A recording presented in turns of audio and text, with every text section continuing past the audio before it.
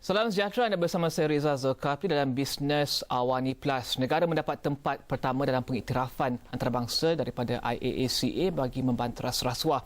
Dalam masa yang sama, jumlah sabitan dan kes tertunggak yang diselesaikan dalam masa setahun turut mencatatkan peratusan yang memberangsangkan. Membanteras rasuah adalah satu daripada 6 bidang keberhasilan utama negara dan sebahagian daripada pelan transformasi kerajaan.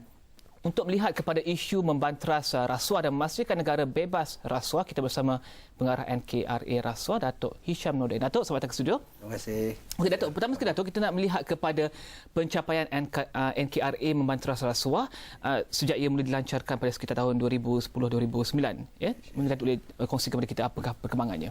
Terima kasih. Membanteras rasuah ini, Rizal, bukanlah salah satu one-off event.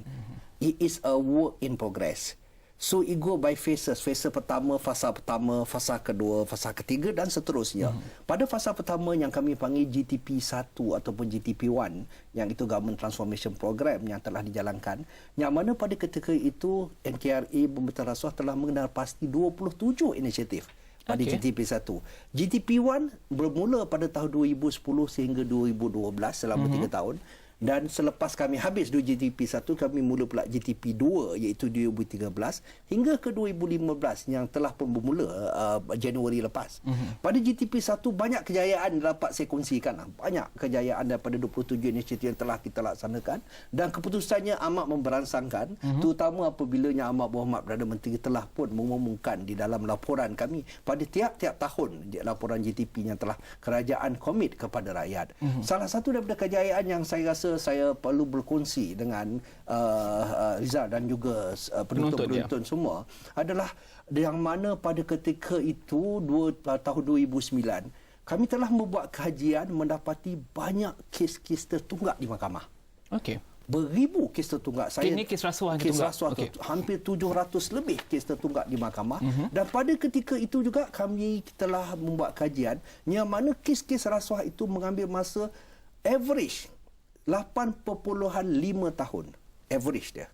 Average kes rasuah. Bermakna untuk satu kes secara perwakilan 8.5 tahun. Ada sampai 15 tahun pun ada. Ada sampai 12 tahun pun ada. Ya. Tapi kalaulah kes mengambil masa yang lama, ia akan mengurangkan keyakinan rakyat dan mengurangkan keyakinan terhadap sistem kehakiman. Sebab sabitan itu lambat.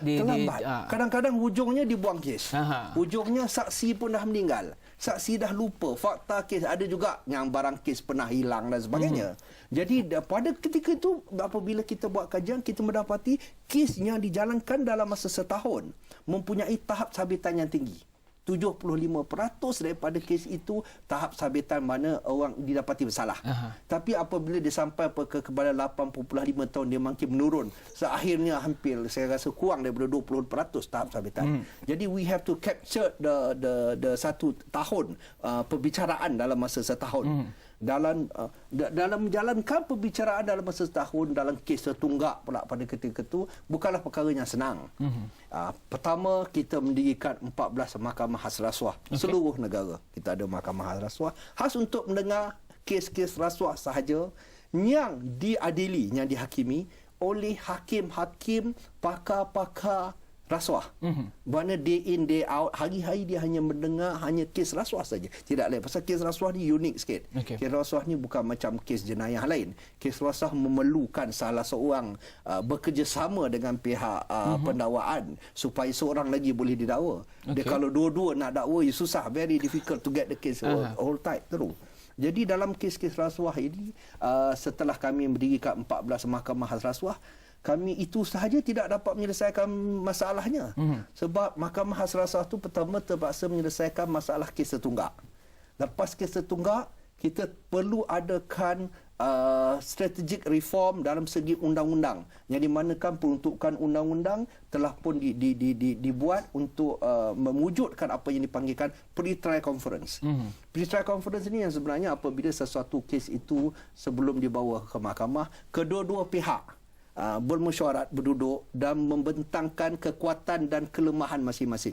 Dan pada ketika itu, yang pihak baik pendakwaan ataupun pihak yang disabitkan akan tahu apakah yang akan apakah fakta-fakta tertentu yang akan keluar dia dibentangkan di mahkamah. Perkara itu juga akan mendatangkan keraguan daripada setengah pihak apabila dia tengok kes dia tidak kuat untuk diteruskan, dia mungkin akan rasa baiklah saya mengaku bersalah saja, ataupun dia akan teruskan kes. Dan seterusnya Datuk, kita tengok pasal Akta Perlindungan Pemberi Maklumat Whistleblower Protection Act ni 2010 ni, adakah akta ini meningkatkan lagi jumlah orang yang melaporkan tentang kes rasuah ataupun membuatkan orang yang terlibat atau mengetahui tentang kes rasuah tampil ke hadapan dan memberi maklumat tentang kes-kes ini? Akta Pelindung Pemberi Maklumat ataupun dalam bahasa Inggeris dia panggil Whistleblower Act. Whistleblower Act. The spirit of the Whistleblower Act adalah untuk menggalakkan rakyat, menggalakkan orang keluar untuk melaporkan hari rasuah dengan tidak membimbangkan keselamatan diri mereka. Bermakna diri mereka, identiti mereka dirahsiakan. Dan dalam akta ini memang dia telah pun menggariskan yang mana identiti orang yang melaporkan itu mesti dirahsiakan.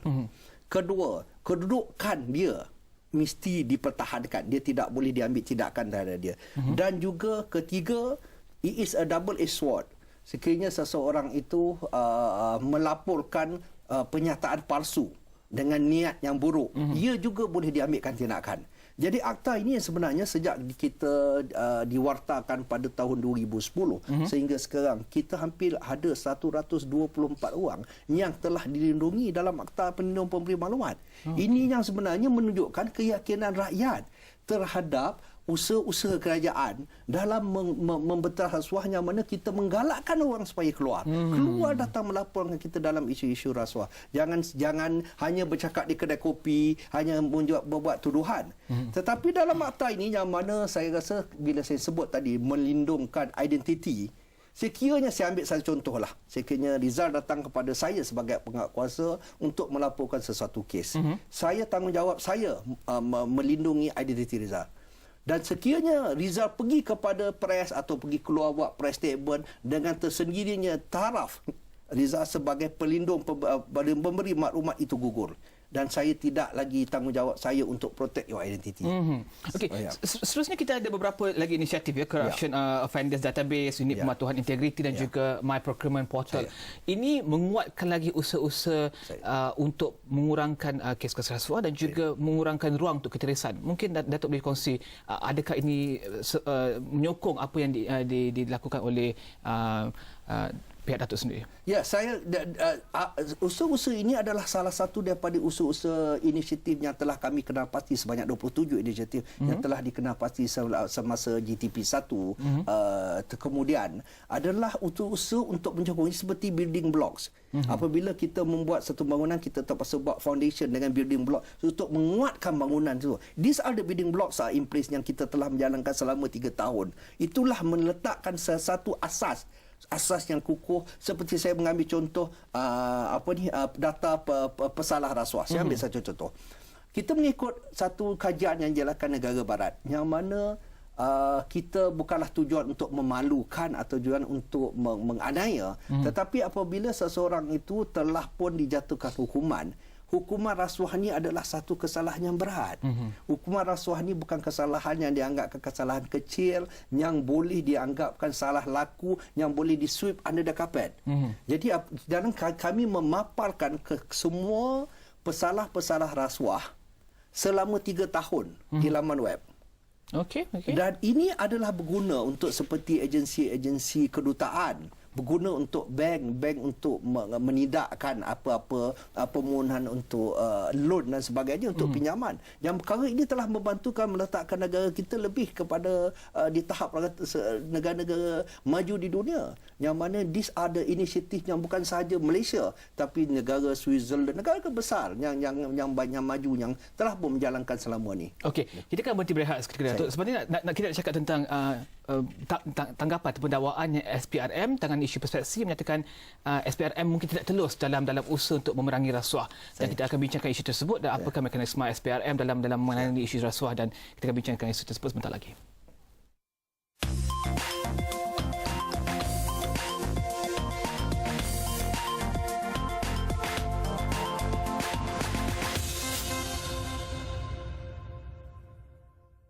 Bertemu kembali, kita bincangkan tentang NKRA Rasuah bersama pengarah NKRA Rasuah, Datuk Hisham Nordin. Datuk, seterusnya persepsi ataupun pandangan bahawa SPRM mungkin tidak telus dalam usaha untuk memerangi rasuah. Adakah persepsi ini betul ataupun bagaimanakah dan apakah penjelasan Datuk kepada fungsi dan tugas SPRM sendiri?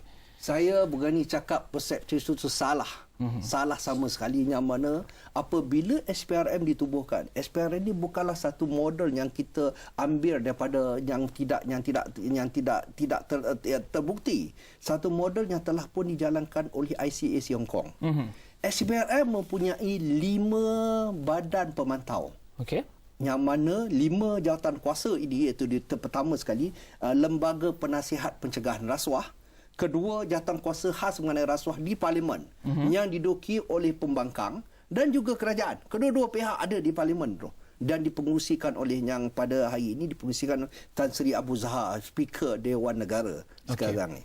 Dan yang ketiga, jawatankuasa aduan. Apa sahaja salah laku terhadap pegawai-pegawai SPRM dikendalikan oleh jawatankuasa aduan. Dan keempat, panel penilaian operasi yang bertanggungjawab sama ada menutup satu kes atau membuka satu kes. Panel operasi bertanggungjawab untuk menilaikan tiap-tiap satu kes itu.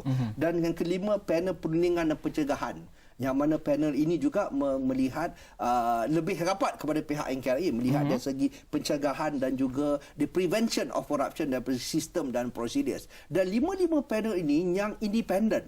5 panel ni, kelima ni diduduki oleh nama-nama yang agak terkenal. Nama-nama seperti Tan Sri Abu Zahar Wujang, yang Puan Sri Zaitun, bekas Peguam Negara, Datuk Mak Noh, bekas Hakim Mahkamah Persekutuan. Mereka ini sungguh jelas dalam prinsip telus dan juga profesionalisme mereka. Dan saya berani cakap, dan SPRM ini tidak adalah satu badan yang berkecuali, yang tidak melihat sama ada parti politik itu daripada mana-mana pihak.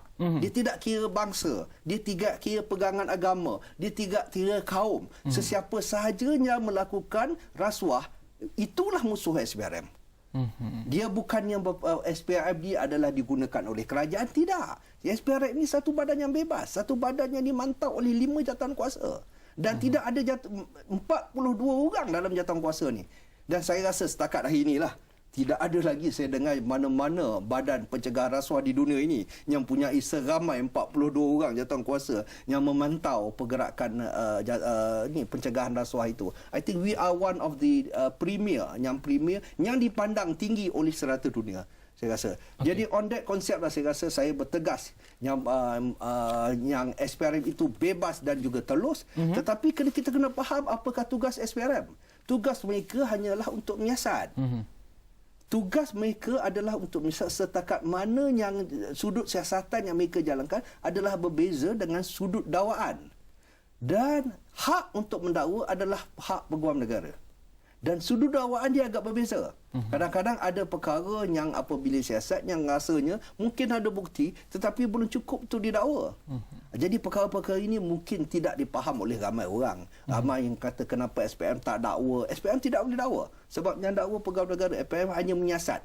Dan setakat hari ini yang berbahagia Tan Sri Abu Kasim, saya pernah dengar 2-3 kali statement di akhbar dan juga di media yang dia mengatakan SPM menyiasat segala benda. Tidak ada satu kes pun yang tidak terlepas pandang untuk dalam siasat. Okey, jadi kami nak kenyataan bila Datuk menyatakan bahawa SPRM ini memang telus dan juga badan yang bebas untuk menjalankan siasatan mereka. Ya. Adakah saya berani cakap, saya berani confirmkan, saya berani pastikan statement saya ini SPRM adalah satu badan yang bebas, telus dan profesionalism dalam menjalankan siasatan mereka. Sebab mereka adalah satu badan yang dipantau, bukan di bawah, walaupun secara peruntukannya di bawah Jabatan Perdana Menteri, tetapi sebenarnya secara pentadbirannya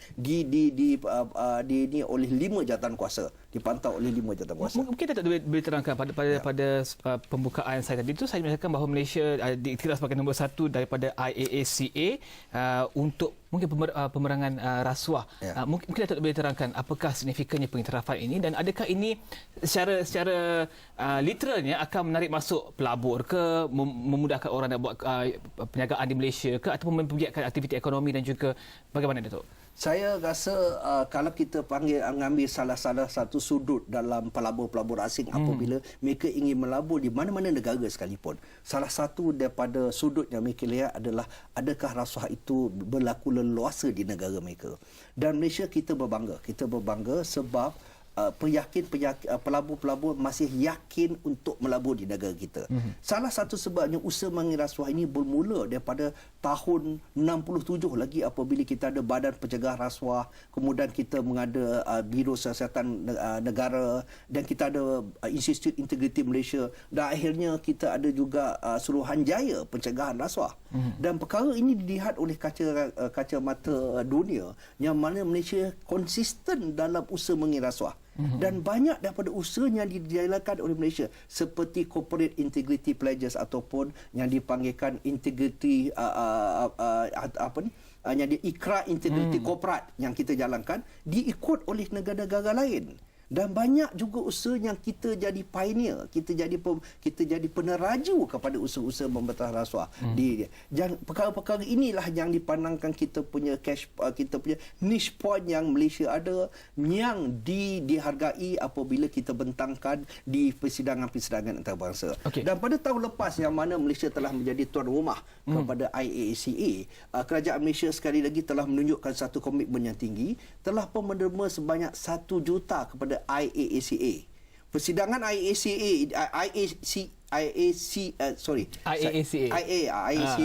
persidangan IAACA ni yang sebenarnya adalah satu persidangan melibatkan semua agensi anti korupsi seluruh dunia dan juga yang mana apabila Malaysia komit kepada persidangan sedemikian telah pun menerima 1 juta untuk akademi pencegahan rasuah yang bertempat di Viada. Inilah komitmen Malaysia. Inilah komitmen negara kita. Saya rasa yang kita susah dapat daripada setengah-setengah negara yang mungkin hanya facial tetapi this is serious dalam mengenai rasuah. Kita kan berehat sekali lagi, Datuk. Selepas ini kita nak bincangkan tentang langkah terbaru yang akan disyadakan untuk dilaksanakan oleh NKRA Rasuah. Seterusnya tentang laporan audit sendiri. Apakah mungkin Datuk lihat boleh dilakukan kepada pesalah-pesalah yang dilaporkan dalam laporan audit? Sebab saya rasa ini dilaporkan ataupun dibincangkan oleh semua pihak dan mereka ingin lihat apakah tindakan-tindakan yang akan diambil kepada mereka yang mungkin dapat bersalah dalam laporan audit tersebut. Kita akan berehat sekali kepada selepas ini.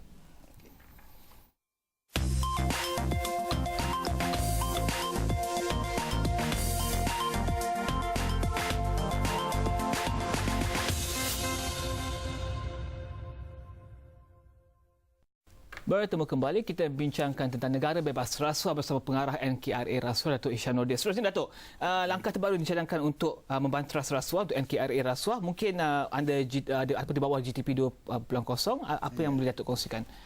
Apabila kita melalui EGTP 1 tahun 2010 sehingga 2012, kita tidak memberi penekanan kepada dua perkara iaitu pendidikan dan juga sokongan rakyat.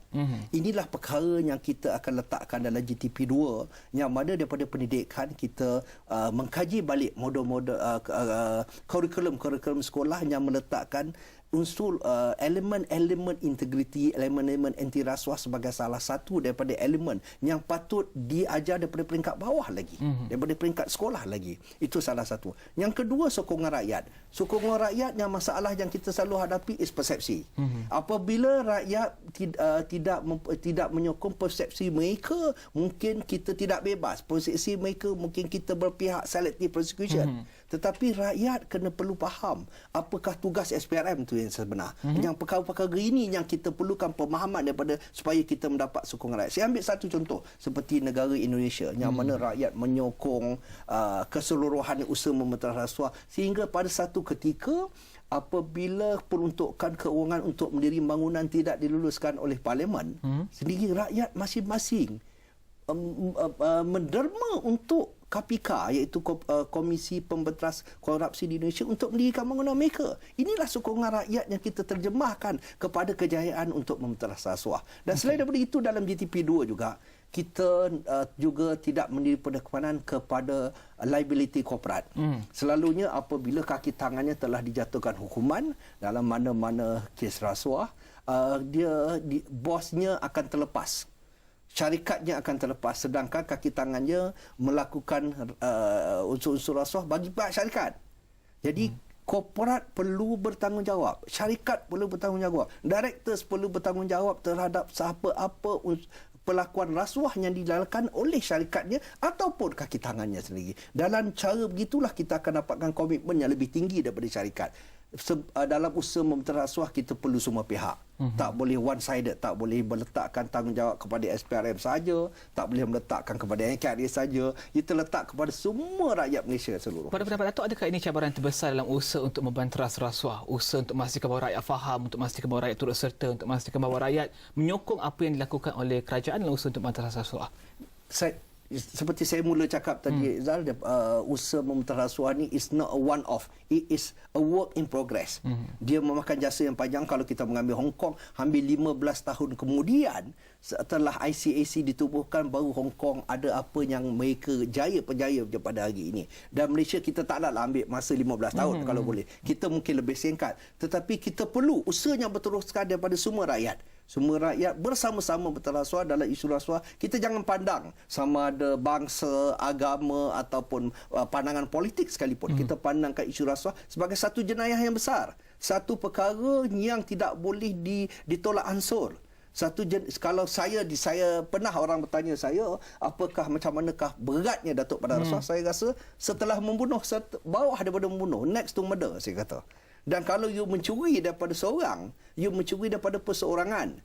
Tapi kalau berlakunya rasuah, you mencuri daripada 27 juta rakyat Malaysia. Jadi itulah beratnya yang saya rasa. Dan rakyat perlu, 20 juta rakyat perlu bersama kami. They must come on board bersama-sama dalam usaha kita membentang rasuah. Tidak semestinya SPRM saja, NKRI. Segala usaha yang kita ada. Okey, seterusnya soalan saya rasa ditunggu-tunggu oleh ramai pihak. Laporan tentang susulan laporan audit negara. Sebab saya rasa ramai pihak menyatakan bahawa tindakan harus diambil untuk memastikan bahawa ketirisan ini tidak berlaku lagi, dan mereka yang terlibat mungkin perlu diambil tindakan undang-undang ataupun apakah pendapat Datuk tentang apa yang dilaporkan dalam laporan audit, dan bagaimanakah kita nak memastikan ketirisan ke penyelewengan ke di masa hadapan tidak akan berlaku lagi? Saya record balik yang telah dimaklumkan, yang telah disebut oleh Yang Bahagia Tan Sri Abu Kasim, Ketua Pesuruhjaya SPRM, yang mana kadang-kadang apabila kesalahan itu dilakukan oleh sebab cuai, dan di setengah negara kecuaian kepada negara boleh diambilkan tindakan undang-undang. Jadi kecuaian tersebut diperuntukkan yang mana is a great loss kepada satu-satu negara itu. Jadi tindakan undang-undang boleh diambil dan hukuman setimpal boleh diberi di setengah negara. Di negara kita ini kebanyakannya kesalahan-kesalahan tersebut diambil tindakan disiplin dalaman. Dan tindakan disiplin dalaman kadang-kadangnya tidak berkesan. Sebab impact tidak ada. Sebab kesalahan mungkin melibatkan 6 juta. Akhirnya diminta bayar secah sampai pencen pun dia tak boleh bayar 6 juta. Perkara-perkara itu mungkin tidak logik dalam keadaan sekarang. Jadi saya rasa kita perlu perubahan undang-undang yang meletakkan kesalahan tata etika kepada pejabat-pejabat awam dan juga semua kaki tangan kerajaan dan juga anggota pentadbiran, yang mana sekiranya apa-apa keputusan yang dibuat itu melibatkan kerugian pada kerajaan, mereka boleh dikenakan ambil tindakan. Dan tindakannya setimpal seperti jail dan sebagainya. Dan bagi pihak NKRI membentang rasuah, kami telah mencadangkan beberapa perkara, antaranya adalah central database. Central database untuk dia panggil model kajian pasaran. Sekiranya Department A telah membeli sesuatu equipment dengan harga yang tersebut, dia diletak sebagai salah satu database. Dan department lain sekiranya terpaksa melalui ada benchmarking. Okey. Terima kasih Datuk. Datuk Isham Nordin, pengarah NKRI Rasuah, membincangkan tentang isu rasuah. Kita mungkin boleh berborak seterusnya lagi. Dan saya Reza Zulkifli, ini Bisnes Awani Plus. Salam hormat.